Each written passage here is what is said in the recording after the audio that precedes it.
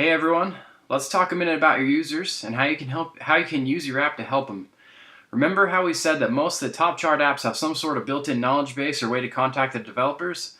That's because doing so not only creates a very loyal fan base, but it also benefits you in several ways. And let's talk about some of them.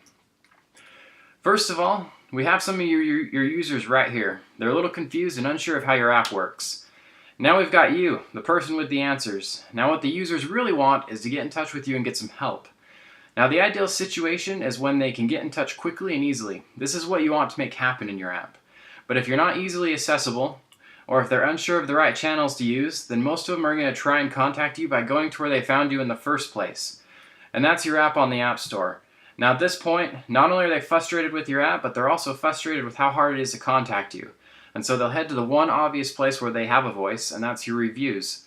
Now they might leave a somewhat nice review trying to get help, or they might just really leave you a scathing one because they're mad. Either way, the review's not going to have a lot of stars though. Now that's a problem for both of you because reviews are a one-way street. No matter how badly your user wants help or support, you can't reply to them in your review and let them know that you're looking into it or do anything really. And this also means that no matter how unfair or undeserved or ridiculous the review they leave is, you can't really address or counter it. People could write a review blaming you from everything from world hunger, the JFK assassination, and there's really nothing that you can say. There's thousands and thousands of apps in the store that are otherwise okay, but they have a lot of bad reviews and ratings just because the user didn't know where else to go. A lot of negative reviews could be avoided if that person instead had quick and easy access to support. When someone doesn't know how to do something or has a concern, the first place they're going to look for is a help or contact section in your app. The second place is usually going to be your app on the App Store, so always provide a quick way to contact you or access your knowledge base. It's a shame to get a 1-star review because someone didn't know how a particular feature worked or didn't know how to access it in settings. Enough talking about reviews though. Let's go ahead and take a look at some apps that are doing a great job of allowing their users to contact them, and let's see what we can learn about how they're doing things. Now this screenshot's from Tapbots. They're a fantastic app company. You might know them from their best-selling app Tweetbot, and this screen actually illustrates a great practice to follow, and that is knowledge-based first and support second. For what it's worth, you're probably a pretty busy person. In the business of app development, it can be pretty exhausting sometimes.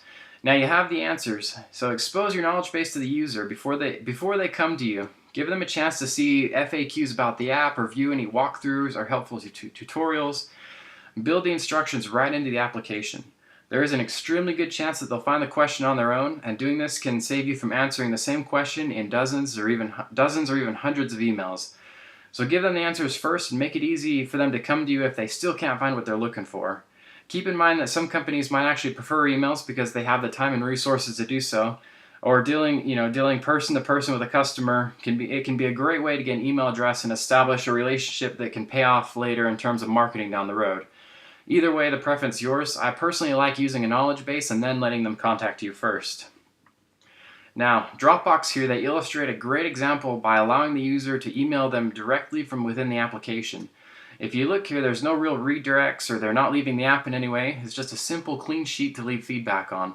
Now this is a good way to do things. Always remember to make it easy. This has got to be one of my favorite support sections of all time. I really can't help but smile every time I look at it.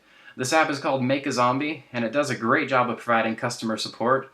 When it comes to your users, a good sense of humor can go a long way. Usually when your customers are angry, it's because they're picturing you as a kind of a soulless corporation that just robbed them of their hard-earned money. So don't be afraid to show them that this isn't the case. Remember the old saying that if you can make a person smile, you can make them do anything. So when it comes to your support section, be creative and original. In my opinion, 123D Creature wins for having the nicest looking knowledge base.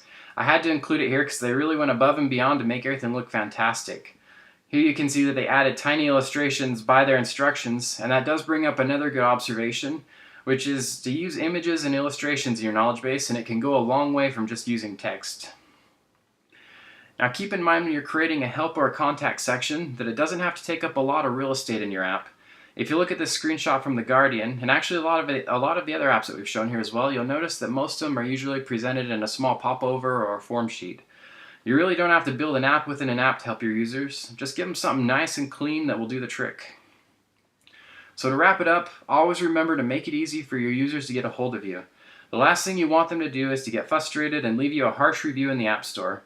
Helping your users is a great app hack, and it's going to foster more user loyalty and help you out with getting more downloads, since you're funneling potentially harmful reviews out of the App Store and directing those people to a place where you can help them instead.